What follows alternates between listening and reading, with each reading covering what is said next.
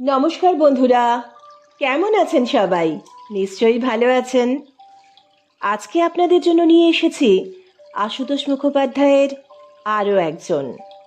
আজকে প্রথম পর্ব। কেমন লাগলো কমেন্ট সেকশনে অবশ্যই জানাবেন। তাহলে চলুন শুনি আরও একজন। শিলং রোড ধরে মেডিকেল কলেজে আসতে মাঝামাঝি জায়গায় যে রাস্তাটা তেরছা হয়ে এসে মিশেছে তার নাম জু রোড। ওই রাস্তায় চিড়িয়াখানা বলে ওই নাম। জু রোড ধরে ওই লোকের গাড়ি একই সময় শিলং রোডে এসে পড়বে।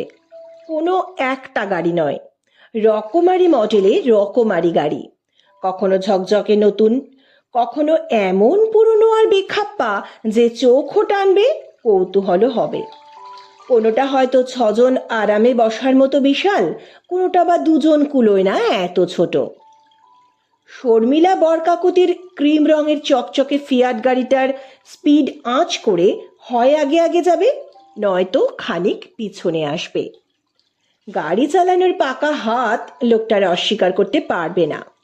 চেষ্টা করেও এই চওড়া ফাঁকা রাস্তায় ওভারটেক করতে পারেনি। গতকালও চেষ্টা করেছিল। রিয়ার ভিউ গ্লাসে ওর গাড়ির স্পিড বুঝে ঠিক আগে আগে চলেছে, আবার স্পিড কমিয়েও দেখেছে। ওই লোকের গাড়িও তখন সম্মুখ গতি। জু রোডের কাছাকাছি এলেই শর্মিলা বরকাকুতির নির্লিপ্ত গম্ভীর দু চোখ চাপা কৌতুকে সজাগ হবে একটু। আজ 8-9 দিন হলো ব্যাপারখানা লক্ষ্য করছে সে। খেয়াল করলে হয়তো আগেও চোখে পড়তো, কিন্তু এক একদিন এক এক রকমের গাড়ি বলেই চালকের দিকে নজর পড়েনি। লোকটা এই কাণ্ড আরো কতদিন ধরে করে চলেছে বলা যায় না। 8-9 দিন আগের এক ব্যাপারের পর থেকে ধরা পড়েছে। চওড়া ফাঁকা রাস্তা হলেও শর্মিলার ফিয়াটের অ্যাক্সেলেটরে অসংযত পায়ের চাপ বড় একটা পড়ে না। সেই 8-9 দিন আগে ঘাড় ধরে হাসপাতালে আসার তাড়া ছিল একটু। আগের দিন ডক্টর ভট্টাচার্য জানিয়ে রেখেছিলেন তার আসতে দেরি হবে একটু, না আসা পর্যন্ত সামাল দেয় যেন।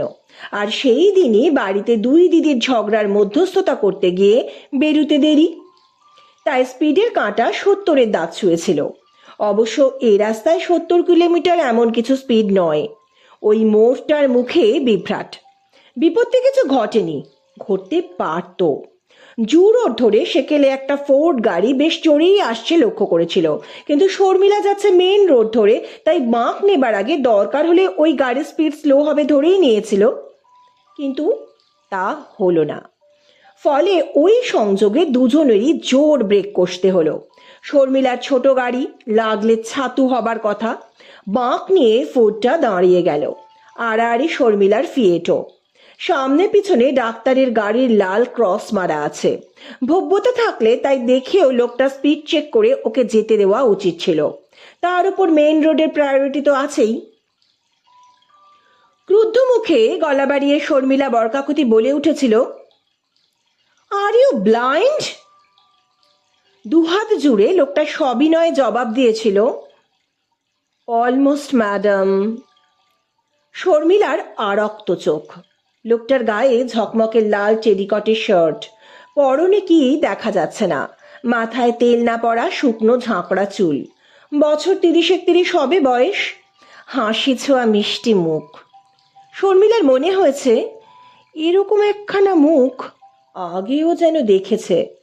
হাসপাতালে দেখেছে কি এমনি যাতায়াতের পথে মনে করতে পারল না। Will you move or get back? ভেজা বিড়ালের মতো মুখ করে লোকটা জিজ্ঞেস করেছে, আগে যাব না পিছনে থাকবো? ননসেন্স। ওই 10 হাত জায়গার মধ্যেই সাঁ করে পাশ কাটিয়ে শর্মিলা গাড়ির স্পিড বাড়িয়ে দিয়েছিল। তারপর রিয়ার ভিউ গ্লাসে একাধিকবার দেখেছে ওই ফোর্ড 15 গজ পিছনে আসছে। লোকটা টিপি টিপি হাসছে। শিলং রোডের বাঁয়ে পাহাড়ের উপর মেডিকেল কলেজ আর হাসপাতাল। পাহাড়ের গায়ে থাক কেটে কেটে ওপরে নিচে বিল্ডিং। পাহাড়টাকে ঘিরে ওপরে ওঠা, আবার নিচে নামার চওড়া রাস্তা। 4 ভাগে 3 ভাগ উঠলে মেডিকেল কলেজের প্রথম গেট। শর্মিলার গাড়ি গেট দিয়ে ভিতরে ঢুকলো। পিছনে ওই ফোর্ড গাড়িও। গাড়ি জায়গা মতো পার্ক করে ব্যাগটা নামিয়ে দরজা বন্ধ করার ফাঁকে শর্মিলার দু চোখ আপনি ওই ফোর্ড গাড়ির দিকে গেছে। দরজা খুলে লোকটাও দাঁড়িয়েছে। বেশ লম্বা, দোহারা চেহারা, শুধু জামা নয়, পরনের ট্রাউজারও ঝকঝকে দামি। শর্মিলার গাড়ির কাঁচ তোলা আর দরজা লক করার ফাঁকে ওর কাছেই এগিয়ে এসেছে। সবিনয়ে জিজ্ঞাসা করেছে, ইমার্জেন্সি ওয়ার্ডটা কোন দিকে বলতে পারেন? শর্মিলা থমকে তাকিয়েছিল। মনে হয়েছিল আগে যদি হাসপাতালেই দেখে থাকে লোকটাকে, তাহলে সে তার গন্তব্যস্থানও জানে। তক্ষুনি এই বিনয়টুকুও কেন যেন মেকি মনে হয়েছিল তার। শর্মিলা জিজ্ঞেস করলো, কি কেস? চোখ, আই। শর্মিলা গম্ভীর। মনে হলো রাস্তায় ব্লাইন্ড বলার ফলে এই রসিকতা।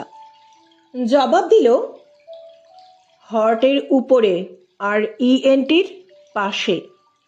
বলেই টকটক করে সিঁড়ি দিয়ে বারান্দায় উঠে সামনের হলে অদৃশ্য হয়ে গেছিল।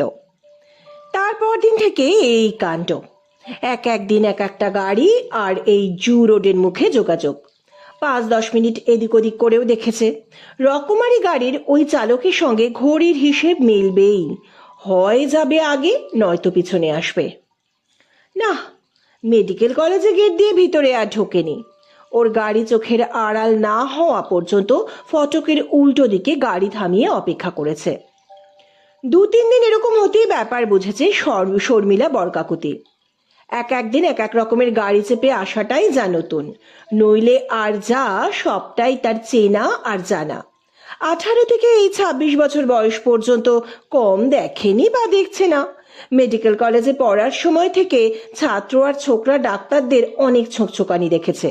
2 বছর হয়ে গেল ডাক্তারি পাশ করে বেরোনোর পর এখানেই কাজ পেয়েছে। কিন্তু তার মধ্যেও 2-1টি ডাক্তারের সোজাসুজি বা পরোক্ষে প্রেম নিবেদনের ব্যাপার ঘটে গেছে। শর্মিলা তাদের বিমুখ করেছে, কিন্তু কোনো রকম আঘাত দিয়ে নয়, ঘুরিয়ে ফিরিয়ে জানিয়ে দিয়েছে, বিলম্বে এসেছো বন্ধু, এর হৃদয় মন প্রাণ একজনের কাছে সমর্পিত, তারই প্রতীক্ষার কাল চলছে এখন।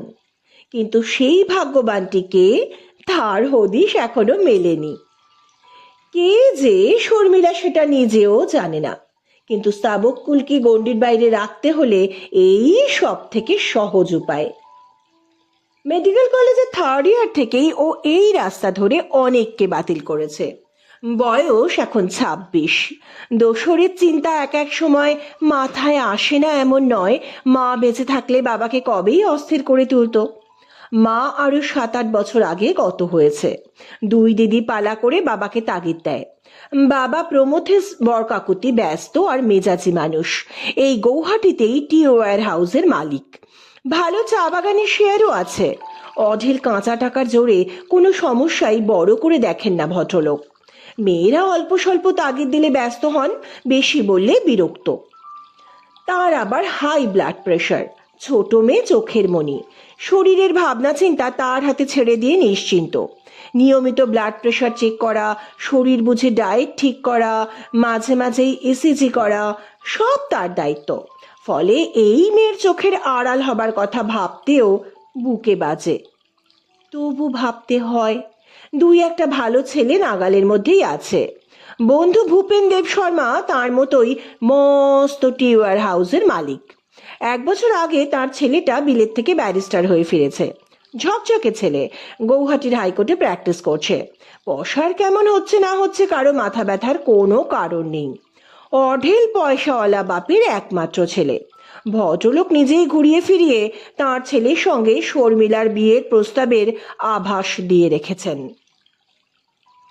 অত ভালো ছেলে পেয়েও বাবা খুব একটা গা পাচ্ছে না কেন শর্মিলা অনুমান করতে পারে। কুশলদেব শর্মার সঙ্গে শর্মিলারও অল্প স্বল্প আলাপ পরিচয় আছে। শর্মিলার দিক থেকে এতটুকু সাড়া পেলে আলাপ পরিচয় ঘনিষ্ঠ হতে সময় লাগতো না। বিলেত থেকে ফেরার পর কুশলদেব শর্মা 2 দিন তাদের চাঁদমারির বাড়িতে এসেছে। একদিন বাপের সঙ্গে, একদিন একলা। সৌজন্যের খাতিরেও এরপর শর্মিলার একদিন তাদের বাড়ি যাবার কথা। ফোনে কুশল সেই অভিযোগ করেছে। কিন্তু শর্মিলা তার ডাক্তারি পেশায় এত ব্যস্ত যে সময়ই করে উঠতে পারে না। তাই শুনে ওদিক থেকে কুশল বলেছে তার পেশেন্ট হতে আপত্তি নেই, গেলে ফিও দেবে। কিন্তু বাবা কেন গা করছে না শর্মিলা বোঝে।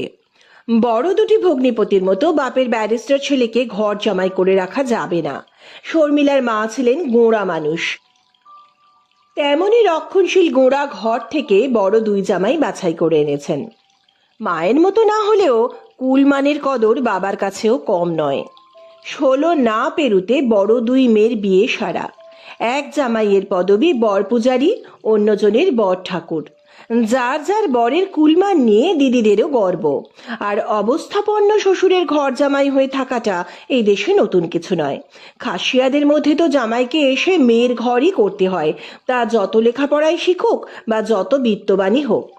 এদের প্রভাব আর সংস্কৃতির অনেকটাই অসমীয়াদের সঙ্গে মিশে আছে। শর্মিলা মেডিকেল কলেজে ঢোকার অনেক আগে থেকেই তার মা অসুস্থ ছিলেন। তখনই ওর পড়া নিয়ে মা আর বাবাতে ফাটাফাটি কাণ্ড। তার উপর 18 বছর হয়ে গেল, মেয়ের বিয়ের নাম নেই। ছোট মেয়ের জন্য খুব খেদ আর দুশ্চিন্তা নিয়েই মা চোখ মুজেছেন। বাবা গোঁড়া মানুষ হলেও হালের হাওয়া তার গায়ে লাগেই, নইলে মেয়েকে ডাক্তারি পড়াতেনই না। তাই ছোট মেয়ে যখন সরাসরি বাবাকে এসে বলেছিল ডাক্তার হয়ে বেরোনোর আগে আর বিয়ের কথা নয়, খুঁতখুঁতুনি সত্ত্বেও তিনি আপত্তি করেননি। তারপর বছরে শর্মিলা তাকে এমনই হাতের মুঠোয় এনেছে যে মেয়ে কাছে থাকবে না ভাবতে চোখে অন্ধকার দেখেন। শর্মিলারা যেমন চাঁদমারির রইস এলাকায় থাকে, দেব শর্মাদেরও বাস তেমনি আর এক অভিজাত এলাকা রিহা বাড়িতে। মাঝে 4 মাইল মাত্র ফারাক, কিন্তু বাবার কাছে এটুকুই অনেক দূর। কিন্তু তাহলেও দুশ্চিন্তা তো একটু মনের তলায় আছেই বাবার। তাই সময় সময় ছোট মেয়ের কাছে বিয়ের কথা তোলেন, আর মেয়েও তক্ষুনি সাদা সাপটা জবাব দিয়ে তার মুখ বন্ধ করে দেয়। এসব ভেবে তুমি মাথা গরম করো না তো বাবা, যখন হবার ঠিক হবে। কিন্তু দিদিদের ঠেকাবে কি করে? তার বাবার কান ভাঙানি দেবেই। দিদিরা যে হিংসে করে শর্মিলা সেটা বেশ বুঝতে পারে। চেহারা 3 বোনের কারো খারাপ নয়, তার মধ্যে ওরই বেশি ভালো। কিন্তু বেশি হিংসে লেখাপড়ার ফারাকের জন্য। বেচারিদের স্কুলের গণ্ডি পেরোনোর আগেই বিয়ে হয়ে গেছে, একজন 3টে করে ছেলে মেয়ের মা এখন। দিদিরা হিংসে করে, শর্মিলা কিন্তু মজাই পায়। দিদিদের সন্দেহ কুলমান জলাঞ্জলি দিয়ে তাদের এই অতি শিক্ষিতা বোন কবে জানি কার গলায় মালা দিয়ে বসে। তলায় তলায় ভালোবাসাবাসির ব্যাপার কারো সঙ্গে চলছে না, এটা তারা খুব বিশ্বাস করে না। দুই দিদির মধ্যে কথায় কথায় ঝগড়া, কিন্তু ছোটর চলন বাঁকা দেখার ব্যাপারে দুজনের গলায় গলায় ভাব। ছোট বোন বাবার বেশি আদরের, সেও দিদিদের কিছুটা জ্বালা পোড়ার কারণ। তাই সন্দেহের কথা বলে বাবাকেও মিথ্যে তারা ছাড়ে না। কিন্তু চেষ্টা করেও বাবার মনে কোনো সংশয়ের আঁচড় ফেলতে পারে না তারা। বাবা তাদের সাফ বলে দেন, আমার মুখ ছোট হবার মতো কোনো কাজ শর্মি করবে না, করতে পারে না। আবার ছোট মেয়েকেও জিজ্ঞেস করেন, হ্যাঁ রে ওরা কি বলে? শর্মিলা তখন বাবার সামনেই দিদিদের ধমকে ওঠে, বাজে কথা বলে আর বাজে চিন্তা মাথায় ঢুকিয়ে কেন তোমরা বাবার ব্লাড প্রেশার চড়িয়ে দাও? দুই দিদি তখন পাল্টা রাগ, তোর চাল চলন দেখলে কিছু হয় না, আর আমাদের কথা শুনলে এই বাবার ব্লাড প্রেশার চড়ে কেমন? দুই দিদিরই মনে মনে ভয়, বাবা না জানি কবে উইল টুইল করে বিষয় সম্পত্তি আর টাকা কড়ির অর্ধেক এই ছোট বোনকেই দিয়ে ফেলে। আর ছোট বোনও বাবাকে এই মতলবে এত বশ করে রেখেছে কিনা কে জানে। ঘরের 2 জামাইয়ের একজনকেও বাবা যে খুব পছন্দ করে না সে তো হামেশাই দেখেছে। দুজনেই বাবার ওয়্যার হাউসে কাজ করে, আর সেজন্যে মাস গেলে মোটা টাকাই হাতে পায়। কিন্তু বাবা কাজের সময় জামাইদের মাইনে করা কর্মচারীর মতোই দেখে, ভুল ত্রুটি হলে ধমক ধমক পর্যন্ত করে। সেজন্যে দিদিদের রাগ হলে ছোট বোন চোখ কান বুঝে বাবার দিকে। তলায় তলায় কোনো মতলব হাসিলের ফোন দিকে জানে। বাবার সঙ্গে একান্তে কথা বলতে দেখলেই দুই দিদির একজন না একজন ছুটে আসবে, আর কথা যদি শেষ হয়ে গিয়ে থাকে তাহলে পরে জেরা করবে। বাবা কি বলল, বাবার সঙ্গে কি নিয়ে আলোচনা হচ্ছিল, এইসব। দুই দিদিকে সেদিন কি জব্দই না করেছিল শর্মিলা। বাবার প্রেশার তখন একটু বাড়তির দিকে। শর্মিলা তাকে 3 দিনের পুরো বিশ্রামের কড়া ফতোয়া দিয়ে রেখেছিল। শেষের দিনটা ছিল রবিবার। বাবার প্রেশারও কমেছে। দিদিকে তাতাবার জন্য শর্মিলা সেদিন বাবার ঘরে ঢুকে ভেতর থেকে দরজা বন্ধ করে দিল। এক দিদি দূরে দাঁড়িয়ে আছে, আর ছোট বোন বাবার ঘরে ঢুকলো, দেখেছে। তাইতেই গম্ভীর মুখে শর্মিলা তাকে দেখিয়ে এই কাণ্ড করলো। বাবা একটু অবাক হয়ে জিজ্ঞেস করলেন, দরজা বন্ধ করলি কেন? শর্মিলা জবাব দিল, ছেলে মেয়েগুলো বড় হুটোপুটি করছে, বাইরে ছুটির দিন নিরিবিলিতে বসে তোমার সঙ্গে একটু গল্প করি। বাবা মহা খুশি। আধ ঘন্টা বাদে দরজা খুলে বেরিয়ে আসতেই দুই দিদিরই ধার ধার চাউনি। এদিকের ঘরে একলা পেয়ে ছেঁকে ধরল দুজনে। দরজা বন্ধ করে বাবার সঙ্গে এতক্ষণ ধরে কি কথা? শর্মিলা গম্ভীর, খুব দরকারি কথা। দরকারি কথা শুধু তোর সঙ্গে কেন? ব্যাপারটা আমাকে নিয়ে। তোকে নিয়ে হলেই বা আমরা শুনবো না কেন? শুনতে পারো, কিন্তু ঢাক পিটিয়ে বেরিও না। আমার বিলেত যাওয়া নিয়ে আলোচনা হচ্ছিল। দুই দিদি আকাশ থেকে পড়ল। বাবা তোকে বিলেত পাঠাচ্ছে? পাঠাচ্ছে না, আমি যেতে চাইছি। বাবা কি বলল? বাবার আপত্তি। বললে যেতে হয় বিয়ে করে বরকে সঙ্গে করে নিয়ে যাও। দুজনের জন্য 1 লাখের জায়গায় না হয় 2 লাখ টাকা খরচ হবে আমার। এখন আমি কি যে করি সেই ভাবনায় পড়েছি। ওর ভাবনা নিয়ে দিদিদের মাথা ব্যথা নেই। তারা জানে ছোট বোনের বিয়ের জন্য বাবা মোটা টাকা সরিয়ে রেখেছে।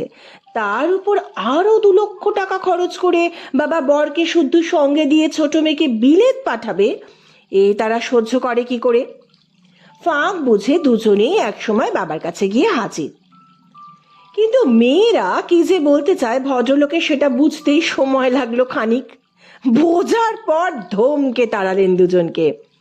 বললেন, তাহলে তোদের ভিতরের চরিত্র বুঝে ও কেমন মজা করে সেটাই দেখ।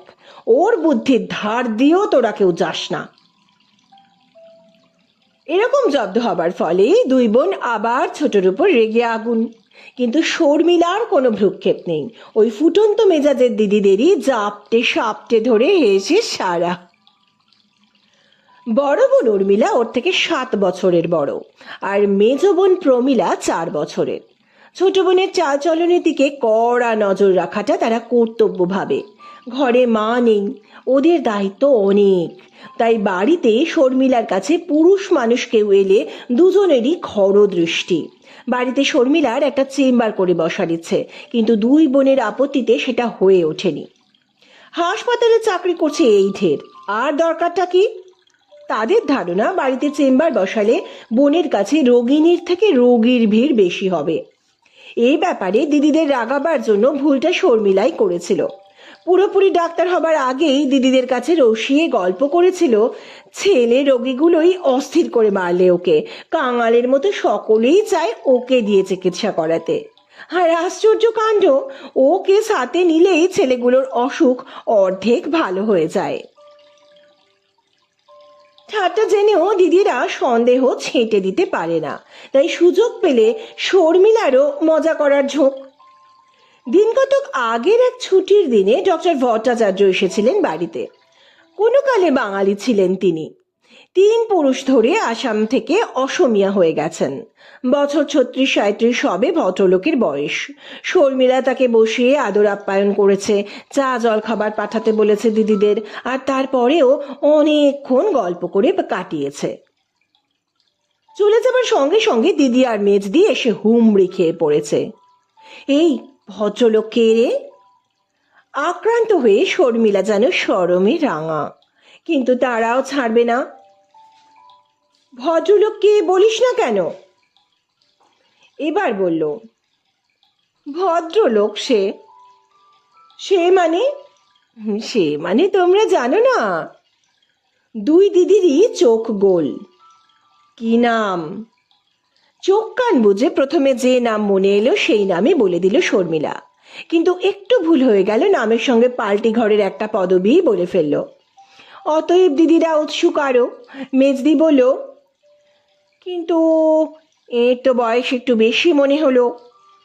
অম্লান বদনে শর্মিলা জবাব দিল, হ্যাঁ, সেই জন্যই খুঁত খুঁত করছে ভেতরটা, তোমার সঙ্গে ভালো মানাতো। মেজদি রেগে গেল, বেহায়া মেয়ে, লজ্জাও করে না বাইরের লোককে ঘরে বসিয়ে 1 ঘন্টা ধরে আড্ডা দিতে। শর্মিলা খুশিতে আটখানা। আহা গো মেজদি, 16 বছর বয়স থেকে ঘরের লোকে তাঁবেদারি করলে, হে এতে যে কি রস, জানবে কি করে? দিদি জিজ্ঞেস করলো, কি করে? ডাক্তার? না, ফিল্ম অ্যাক্টর। ওদের দুজনকে একসঙ্গে চলতে দিয়ে শর্মিলা ঘর ছেড়ে উধাও।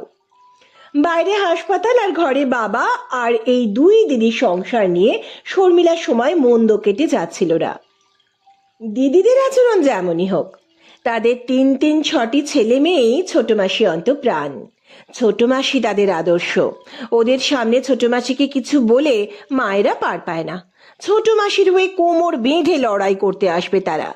আর ছেলে মেয়েগুলোকে শর্মিলাও যথার্থ ভালোবাসে। তবু বয়স 26 হয়ে গেল, জীবনে দোসর একজন আসবে ধরেই নিয়েছে। এখন প্রায় মনে হয় সময়ও হয়েছে। কিন্তু চোখে পড়া মনে ধরার মতো মানুষের সত্যি যেন বড় অভাব। ভূপেন দেব শর্মার ছেলে কুশল দেব শর্মার কথাও ভেবেছে, মন্দ কিছু নয়, কিন্তু মন থেকে সেরকম যেন সায় মেলে না। হাসপাতালের যে অবিবাহিত ডাক্তাররা এখনো কাছে ঘেঁষতে পেলে বলতে যায়, তারা কেউ ওর মনের ধারে কাছেও নেই। শুধু একজন ছাড়া, ডক্টর বিশ্বনাথ ভট্টাচার্য। তাকে সত্যিই ভালো লাগে, ভালো ডাক্তার। 2 বছর আগে বিলেত থেকে এসে গৌহাটির এই হাসপাতালে জয়েন করেছেন। বিলেত ফেরত হলেও ভদ্রলোক ছন্ন ছাড়ার মতন থাকেন। কারণ দুর্ভাগ্য, লন্ডন থেকে ফেরার 6 মাসের মধ্যে তার স্ত্রী মারা যান। একটা মাত্র 11-12 বছরের ছেলে, সেই ছেলেকেও দিল্লিতে ছোট ভাইয়ের কাছে পাঠিয়ে দিয়েছেন।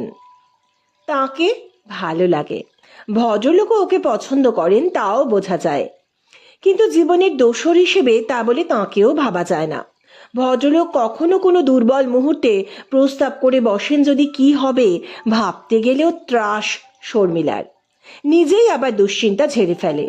সেরকম লোকই নন বিশ্বনাথ ভট্টাচার্য। চুপচাপ নিজের দুঃখ বয়ে বেড়ায় এমন কিছু লোক আছে দুনিয়ায়। ডাক্তার ভট্টাচার্য সেই গোছেরই একজন। জু রোডের মুখে এই দুই গাড়িতে সেই ঠোকাঠুকি লাগার সম্ভাবনা আর তার পরের বাক্য বিনিময়ের পর আরও 8টা দিন গেছে। এক এক দিন এক এক মডেলের গাড়ি হাঁকানো শৌখিন রংচঙা জামার ওই লোকের সঙ্গে এর মধ্যে চাক্ষুষ সংঘাতের ব্যাপারে একদিনের জন্যেও ছেদ পড়েনি। এমনকি গত রবিবারে আউটডোরে এসেছিল শর্মিলা, সেদিনও ওই মূর্তিকে দেখা গেছে। নতুন বা পুরনো মোটর গাড়ি কেনা বেচার ব্যবসা বোধ হয় লোকটার, তাই হরেক রকমের গাড়ি দেখিয়ে ওর চোখ টানার চেষ্টা। শর্মিলা রাগ করে কি করবে? রাস্তা বা মেডিকেল কলেজের গেট তো আর তার খাস দখলে নয়। মনে মনে ব্যাপারখানা বরং উপভোগী করে আসছিল শর্মিলা। জু রোডের দিকে চোখ পড়তে দেখলো আজ এক ছোট অস্টিন হাঁকিয়ে আসছে। আর চোখে ও গাড়ির দূরত্ব দেখে নিল। চালানো দেখেই বোঝা গেল আজ ওই লোকের আগে আগে যাবার ইচ্ছে। বেশিরভাগই তাই যায়, কারণ বোঝাও সোজা। সামনে রিয়ার ভিউ গ্লাসে পিছনের গাড়ি যে চালাচ্ছে তার স্পষ্ট মুখ দেখতে পায়। ক্ষণে ক্ষণে দেখে যে, তাও তার চালানো দেখেই বোঝা যায়। তাতেই বা শর্মিলার ঝাঁজ দেখাবার কি আছে?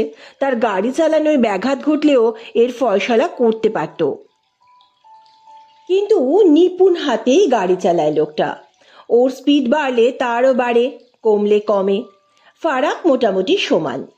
নিজের গাড়ি চালাতে চালাতে শর্মিলার এক এক সময় জিভ ভেঙচি কাটতে ইচ্ছে করে, কাটলে দেখতে পাবে।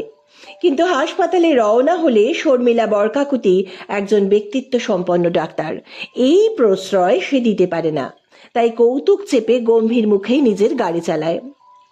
জু রোড থেকে অস্টিন গাড়িটা আগে এসে শিলং রোডে পড়ল। কিন্তু ও সঙ্গে সঙ্গে আজ মাথায় কি দুষ্টুমি চাপল শর্মিলার। বাঁক নিয়ে সাঁ করে নিজের গাড়ি জু রোডে ঢুকিয়ে দিল।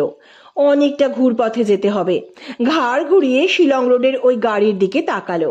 লোকটার গাড়ির গতি শিথিল। ভ্যাবাচাকা খাওয়া ওই মুখ দেখে হাসি পেয়ে গেল শর্মিলার। সামলে নিয়ে জোরে গাড়ি ছুটিয়ে দিল।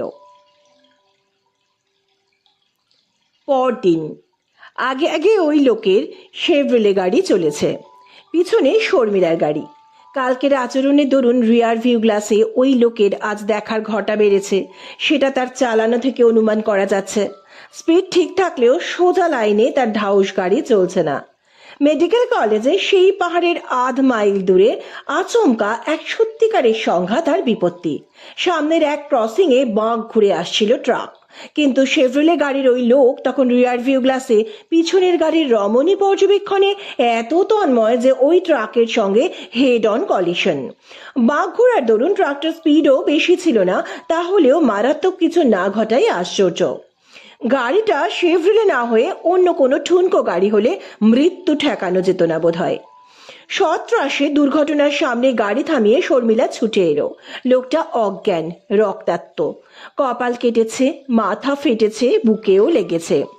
বিপাকে পড়ে ট্রাকের ড্রাইভার আর 3 জন লোক এসে শর্মিলাকেই সালিশ মারল। কিভাবে গাড়ি চালিয়ে লোকটা এই কাণ্ড করলো বহিঞ্জি সেটা নিশ্চয়ই নিজের চোখেই দেখেছে।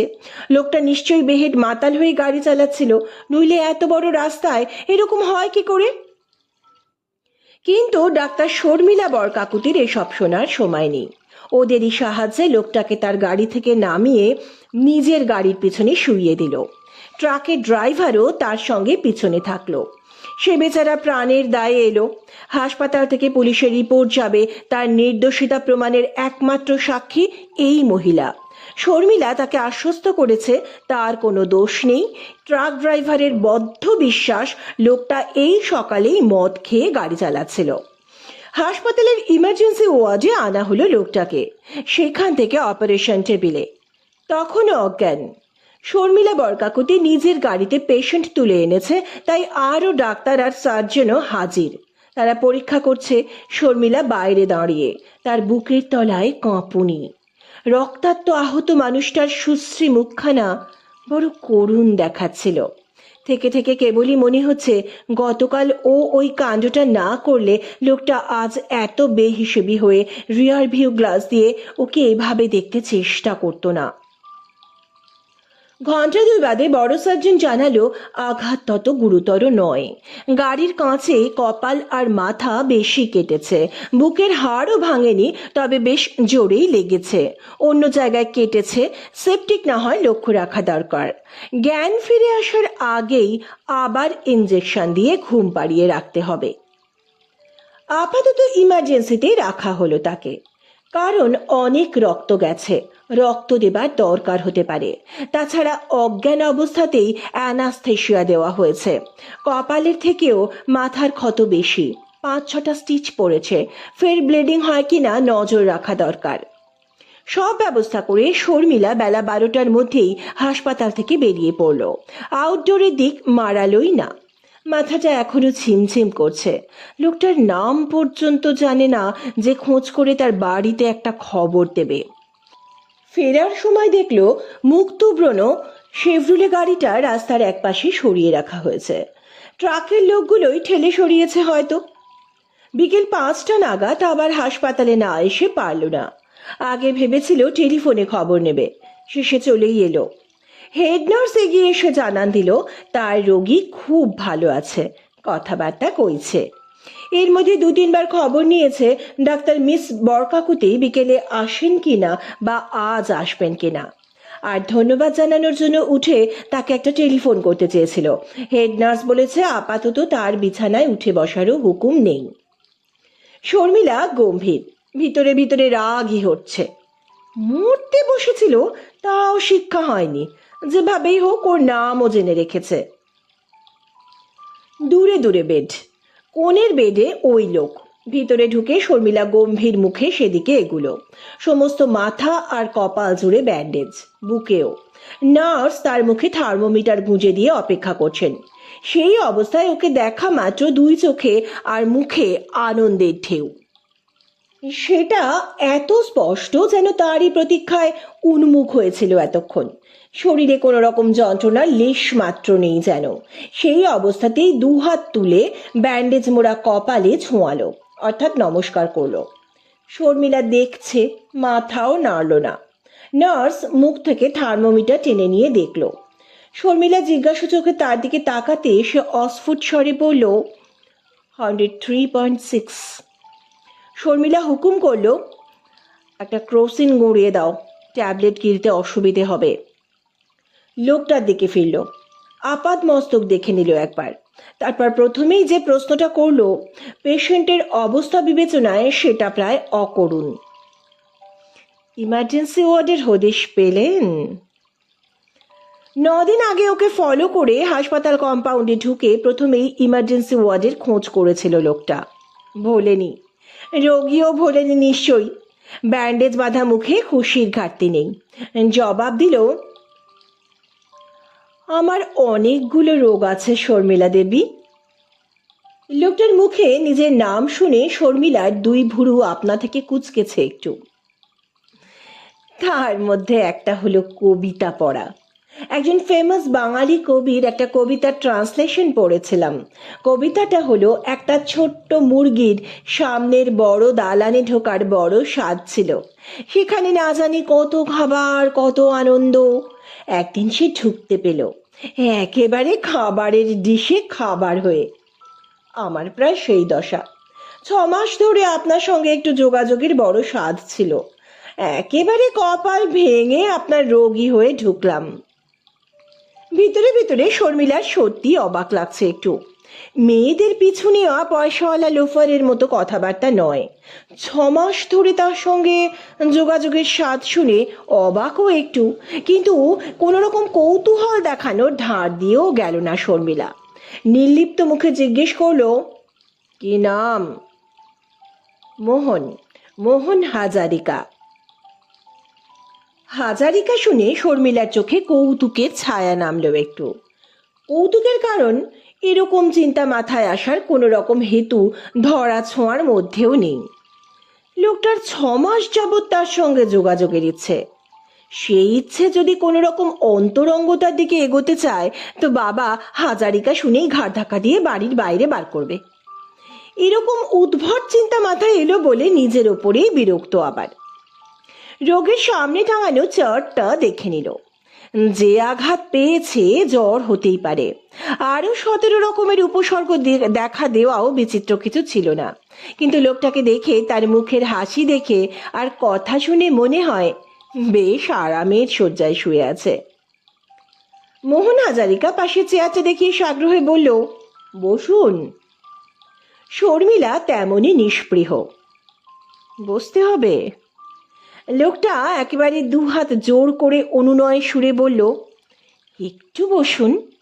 আমি দোষ যা করেছি তার শাস্তি তো ভগবান দিয়েছে, আপনি আর দেবেন কেন? আপনি তো আর তার মতো অকরুণ নন। শর্মিলার মজাই লাগছে। 6 মাস ধরে তার এত যোগাযোগের বাসনা কেন তাও জানা হয়নি। বসলো, কিন্তু কথাবার্তায় ডাক্তার সুলভ গাম্ভীর্য। বসলো বলেই লোকটার মুখে আবার আনন্দ ধরে না। শর্মিলার সব থেকে অবাক লাগছে, শরীরে কোনো রকম ব্যথা বেদনার লেশ মাত্র নেই যেন। 4-এর কাছাকাছি জ্বর, তাও মুখ দেখে বোঝা যাবে না। নার্স ওষুধ খাইয়ে দিয়ে চলে যেতে উৎফুল্ল মুখে বলল, এদের কাছে খোঁজ নিয়ে জানলাম বিকেলে তেমন জরুরি কাজ না থাকলে আপনি আসেন না। তবু সেই থেকে আমি খুব আশা করছিলাম আপনি আজ একবার আসবেন। যে জন্যেই আসুন, আমার ভাবতে খুব ভালো লাগছে আপনি আমাকে দেখতেই এসেছেন। শর্মিলা ঠিক হাসছে না। লোকটার মুখের ওপর তার চোখ দুটো হাসছে। যদি সত্যি জবাব দেয়, যদি বলে তাকে দেখতেই এসেছে, তাহলে কি হবে? দরকার নেই। আনন্দের চোটে হয়তো মাথার বা কপালে স্টিচই ছিঁড়ে যাবে। বরং বিমর্ষ হবার মতো কথাই বলল, আমি এমনি একবার দেখতে এলাম। আপনার কেস সার্জনের হাতে। জিজ্ঞেস করলো, বুকে যন্ত্রণা আছে, হাড়গোড় ভেঙেছে? না। মাথায় কি হয়েছে? মাথার কপালের অনেক জায়গা কেটে গেছে, কয়েকটা স্টিচ পড়েছে। এবারে ভয়ে ভয়ে জিজ্ঞেস করলো, আমাকে কি 2-4 দিনের মধ্যেই ছেড়ে দেওয়া হবে? শর্মিলার সত্যি হাসি পাচ্ছে, কিন্তু হাসতে পারছে না। 2-4 দিন ছেড়ে 10-15 দিনের মধ্যেও ছাড়ার সম্ভাবনা নেই, তাও জানে। তবু জবাব দিল, কমপ্লিকেশন না থাকলে আর আটকে রাখবে কেন? আউটডোরে এসে সার্জনকে দেখিয়ে যাবেন, তিনি সময় বুঝে স্টিচ কেটে দেবেন। লোকটার বুক ঠেলে যেন দীর্ঘ নিঃশ্বাস বেরিয়ে এলো একটা। তাহলে দেখুন, এক চোখা ভগবান কত অকরুণ। ছোট মোটো 2-1 হাতটার ভাঙলে এমন কি ক্ষতি হতো? শর্মিলা এবারে আস্তে আস্তে উঠে দাঁড়াতে গেল, কিন্তু লোকটা একেবারে হাত বাড়িয়ে বাধা দিল তাকে। দয়া করে আরেকটু বসুন, আমার তো কিছুই বলা হলো না। শর্মিলা রাগ করবে না অবাক হবে? লোকটাকে এত বেপরোয়া যে পারলে তাকে হাত ধরিয়ে চেয়ারে বসিয়ে রাখে। আর ওঠার চেষ্টা না করে বসলো ঠিকই, কিন্তু গম্ভীর। বলল, আপনি ডাক্তারের সঙ্গে কথা কইছেন, ভুলে যাচ্ছেন। অবাধ্য ছেলের মতো মোহন হাজারিকা বলে উঠল, আমি কিচ্ছু ভুলছি না, আমার খুব কষ্ট হচ্ছে, খুব যন্ত্রণা হচ্ছে। এই তো 3.5-এর ওপর জ্বর শুনলেন, কমপ্লিকেশন দেখা দিতে কতক্ষণ, কিন্তু কোনো কষ্ট কোনো যন্ত্রণা সেভাবে টের পাচ্ছি না আপনি বসে আছেন বলে। আর একজন থাকলেও টের পেতাম না। যাক সে কথা, কিন্তু এই সামান্য সত্যি কথাটা বললেও আপনি রেগে যাবেন কেন? সার্জনের কেস বলে আপনি যদি আর না আসেন, না দেখেন, তাহলে এক্ষুনি ওদের ডাকুন। আমি না থাকলে আমাকে জোর করে কে ধরে রাখবে? আজই চলে যাব। এই জীবনটার জন্যে আমি থোড়াই পরোয়া করি, বুঝলেন? শোয়া থেকে ছিটকে উঠে বসল। শর্মিলার 2 চোখ তার মুখের ওপর স্থির একেবারে। এই সত্যি কি লোকের পাল্লায় পড়লো সে? কথাবার্তা শুনে মাথা খারাপ মনে হয় না। প্রথমেই যে কবিতার উপমা দিয়েছিল তাও কম সরস ছিল না, কিন্তু তা বলে এমন বেপরোয়াভাবে কেউ এগিয়ে আসতে পারে? কল্পনার বাইরে। ধমকের সুরেই বলল, ছেলে মানুষে করবেন না, স্টিচ ছিঁড়ে গেলে ক্ষতি হবে, শুয়ে পড়ুন। সঙ্গে সঙ্গে লোকটাও চোখ পাকালো। আমার স্টিচ ছিঁড়বে, তাতে আপনার কি? শর্মিলা হাঁ কয়েক মুহূর্ত। সত্যি যেন একটা বাচ্চা ছেলে খুব আপনার জনের কাছে কিছু আবদার করে আর তা না পেয়ে আক্রোশে নিজেকে ছেড়ে খুঁড়ে জব্দ করতে চায়। এই আচরণ কৃত্রিম হলে শর্মিলার চোখে ধরা পড়ত। হাল ছেড়ে শর্মিলারই আত্মস্থ হওয়ার চেষ্টা। শাসনের সুরেই বলল, আপনি আর 5 সেকেন্ড বসে থাকলে আমি উঠে চলে যাব, শুয়ে পড়ুন। মোহন হাজারিকা তক্ষুনি শুয়ে পড়ল। সঙ্গে সঙ্গে এক মুখ হাসি। বলল, আপনি বসে থাকলে আমি ঠান্ডা হয়ে শুয়ে শুয়ে শ্মশানেও চলে যেতে পারি। ডাক্তার হোক আর যাই হোক, বুকের তলায় মেয়ে তো একটা আছেই। শর্মিলার ভিতরটা ছ্যাঁত করে উঠল। মুখস্থ করিবার রিহার্সাল দিয়েও এত অনায়াসে এমন কথা বলা যায় কি না জানে না। 8 ঘন্টাও হয়নি এখানে এসে বসেছে, কিন্তু এরই মধ্যে মানুষটা যেন কোনো অদৃশ্য কিছু দিয়ে আষ্টে পৃষ্ঠে বেঁধে ফেলার সংকল্প নিয়ে এগোচ্ছে তার দিকে। অস্বস্তি বোধ করছে বলেই আরো গম্ভীর। আপনার বাড়ির লোক কাউকে দেখছি না, অ্যাক্সিডেন্টের খবর দেওয়া হয়নি? হাসছে। জবাব দিল, আমার বাড়িতে একটাই লোক, সে এখানে এই বেডে শুয়ে, কাকে খবর দেব? হাসি সরল, কথা সরল, সবই এত সহজ আর সরল বলেই শর্মিলা যেন ফাঁপড়ে পড়ছে। চোখেতে মনে পড়ল কিছু, জিজ্ঞেস করলো, একটু আগে বলছিলেন আর একজন আপনার কাছে বসে থাকলেও কষ্ট বা যন্ত্রণা টের পেতেন না, তিনি কে? আমার মা। ওই ঠাকুরনটির আশকারা পেয়েই তো যত বিভ্রাট, নইলে তো বেশ ছিলাম। এতক্ষণে দুর্বোধ্য লাগছে শর্মিলার। তাঁর আশকারা পেয়ে কি বিভ্রাট? আমার এই 6 মাস যাবৎ মাথা খারাপ দশা আর এই অ্যাক্সিডেন্ট, শর্মিলা বিমূঢ় খানিক। তাকে খবর দেয়নি কেন? তিনি কোথায় এখন? এবারেও একগাল হাসি। আঙুল তুলে জানলা দিয়ে আকাশ দেখিয়ে দিতে হলো। তাকে খবর দিতে হলে আমাকে ওইখানে যেতে হয়। জবাব শুনে শর্মিলার দু চোখ লোকটার মুখের ওপর এঁটে বসছে একেবারে। সত্যি মাথায় কোনো গোলযোগের লক্ষণ কিনা দেখছে। কিন্তু আশ্চর্য, লোকটা তাও আঁচ করলো। বলে উঠল, কি হলো? পাগল ছাগলের পাল্লায় পড়লেন কিনা ভাবছেন বুঝি? শর্মিলা সামাল দেবার আগেই হাসতে হাসতে সে আবার বলল, দেখুন, আপনি কেন, আমার ব্যবহারে আমি নিজেই অবাক হচ্ছি। কিন্তু কথা আছে না, ওই একচোখা ভগবান সদয় হলে পঙ্গু পাহাড় টপকায় আর বোবার মুখে কথার ফুলঝুরি ছোটে। আমারও সেই দশা। ওই ট্রাকটার নম্বর নিয়ে রেখেছেন তো? খুঁজে পেতে তাকে মোটা বকশিস দিয়ে আসতে হবে। না, শর্মিলা এরকম কোনো পুরুষের মুখোমুখি আজও আসেনি। তবু বোঝার চেষ্টা।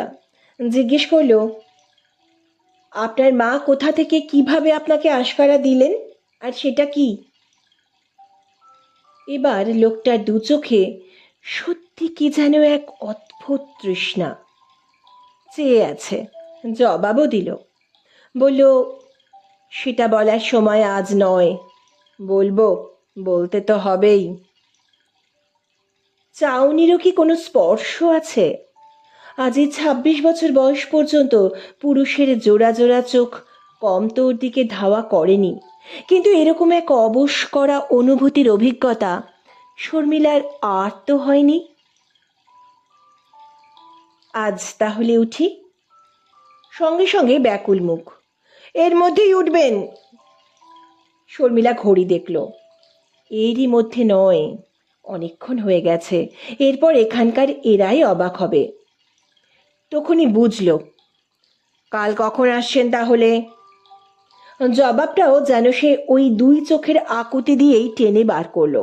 শর্মিলা হাসতেই চেষ্টা করলো। সকালে আগে হাসপাতালে আসি, তারপর। বন্ধুরা, আরও একজন গল্পের প্রথম পর্ব এখানেই শেষ হলো। দ্বিতীয় পর্ব নিয়ে খুব শীঘ্রই আসছি। সুস্থ থাকবেন, ভালো থাকবেন। নমস্কার।